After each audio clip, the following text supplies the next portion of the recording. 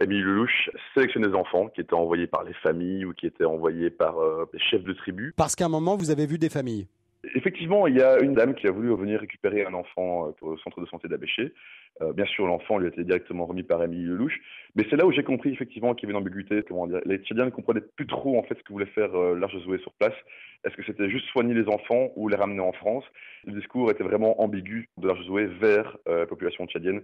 Et je ne sais pas s'ils ont vraiment affirmé que les enfants étaient destinés à devoir partir sur la France à un moment ou à un autre. Et c'est ça qui m'a, moi, encouragé à quitter l'Arche de Zoé. Moi, je me suis fait un petit peu manipuler, même réellement manipuler. Éric Breteau nous avait toujours affirmé qu'il y avait de nombreux appuis au niveau politique français. Il n'y avait aucune raison à ce que le personnel sur place au Tchad se pose n'importe quelle question à ce niveau-là. Moi, j'ai voulu à moult reprises lui dire que c'était pas du tout une bonne idée, que c'était un peu ahurissant comme concept. Il n'a jamais voulu m'écouter. L'avion est arrivé et on connaît tous la suite de l'histoire.